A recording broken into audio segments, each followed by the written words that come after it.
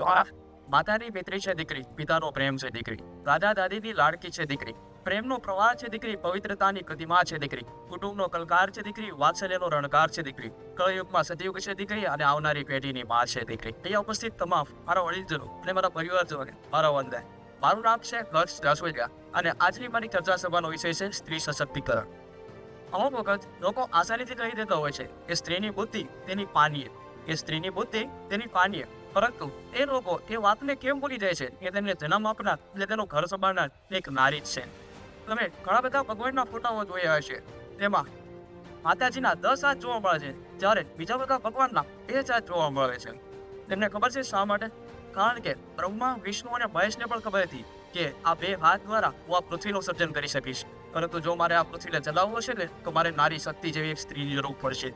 આવી જો આપણે વાત કરીએ કે ગમે તે વ્યક્તિને જ્ઞાનની પ્રાપ્તિ જોતી હોય તો સરસ્વતી માતાની જરૂર પડે છે, ધનની પ્રાપ્તિ જોતી હોય તો લક્ષ્મીની જરૂર પડે, ધનની પ્રાપ્તિ જોતી હોય તો લક્ષ્મીની જરૂર પડે, લક્ષ્મી માતાની જરૂર પડે છે, અને જો શક્તિ જોતી હોય તો માં દુર્ગાની જરૂર પડે છે.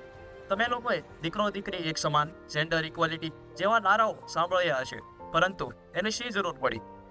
બાબા સાહેબ આંબેડકર કહે છે, હું એ જ દેશ અને એ જ સમાજને વિકાસવાન માનું છું, હું એ જ દેશ અને એ જ સમાજને વિકાસવાન માનું છું જ્યાં પુરુષોની સમકક્ષમાં સ્ત્રીઓનો પણ વિકાસ થતો હોય.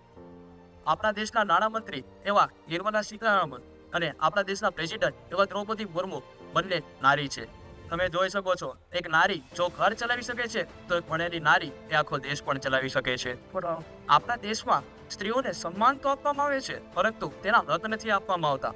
તે હક પછી તેના ભણતરનો હોય કે પોતાનો જીવનસાથી પસંદ કરવાનો હોય, તે પણ નિર્ણય આપણા ઘરના કોઈ ને કોઈ વડીલ કાં તો કોઈ ત્રીજો વ્યક્તિ જ કરતો હોય છે. ત્યાંને શું ભણવું, ક્યાં ભણવું, ક્યાં જવું, શું કરવું. આપણા ભણતરની જો વાત થાય એવું કહેવાય છે એક પુરુષને ભણાવશું અને બીજા પુરુષ કે બીજા માણસને ભણાવશે, પરંતુ જો એક સ્ત્રીને ભણાવશું તો આવનારી 10 પેઢીઓને ભણાવી શકશો.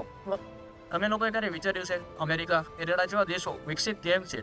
કારણ કે ત્યાં દરેક ક્ષેત્રમાં પુરુષની સમકક્ષમાં સ્ત્રીઓ પણ ઊભી છે. આપણે જો આગળ વાત કરીએ કે લોકો કહે છે કે સ્ત્રીને સમજવી ખૂબ જ મુશ્કેલ છે, લોકો કહે છે કે સ્ત્રીને સમજવી ખૂબ જ મુશ્કેલ છે.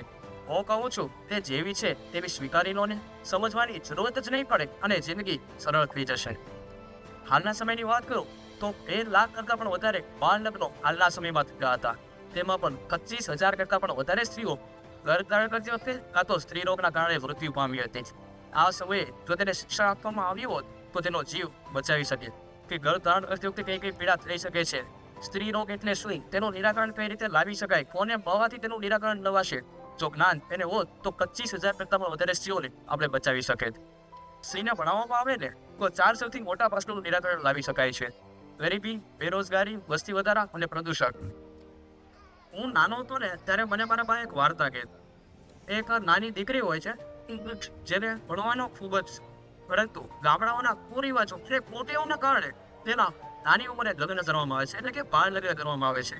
11 વર્ષની દીકરી એટલે 30 વર્ષના યુવાન સાથે તેના લગ્ન કરવામાં આવે છે. થોડોક સમય જાય છે, એ 20 વર્ષની થાય છે ત્યારે તે પ્રેગ્નન્ટ હોય છે અને ક્યારેક ગર્ભધારણ કર્યું હોય છે. ત્યારે ગામના લોકો એવી અફવા ઉઠાવે છે કે જે દીકરો છે એ કોઈ બીજા વ્યક્તિનો છે. ત્યારે તેના પતિને એટલો ગુસ્સો આવે છે અને તે ઘરે જઈને તે દીકરીના પેટ પર લાત મારે છે અને તેને ગાયના કમાન્ડમાં નાખી આવે છે.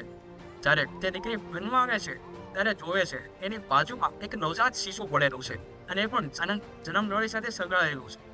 એની જન્મનળી પણ હજી કોઈ કાપી ન હતી હોય. ત્યારે તે માતા એક નુકીલો પથ્થર ઉઠાવીને તે જન્મનળીને કાપે છે અને પોતાની દીકરીને પોતાના હાથમાં લે છે. આ થતાં તે પોતાના પિયર જાય છે અને પિયરમાંથી કાઢવામાં આવે છે કે તારી ઉપર અમારો કશો હક નથી, તારે તારા સાસરિયામાં આખી જિંદગી વિતાવવી પડશે. આટલું સાંભળતા હવે તેને સાસરિયામાં બંને જગ્યા પરથી કાઢી નાખવામાં આવી હતી.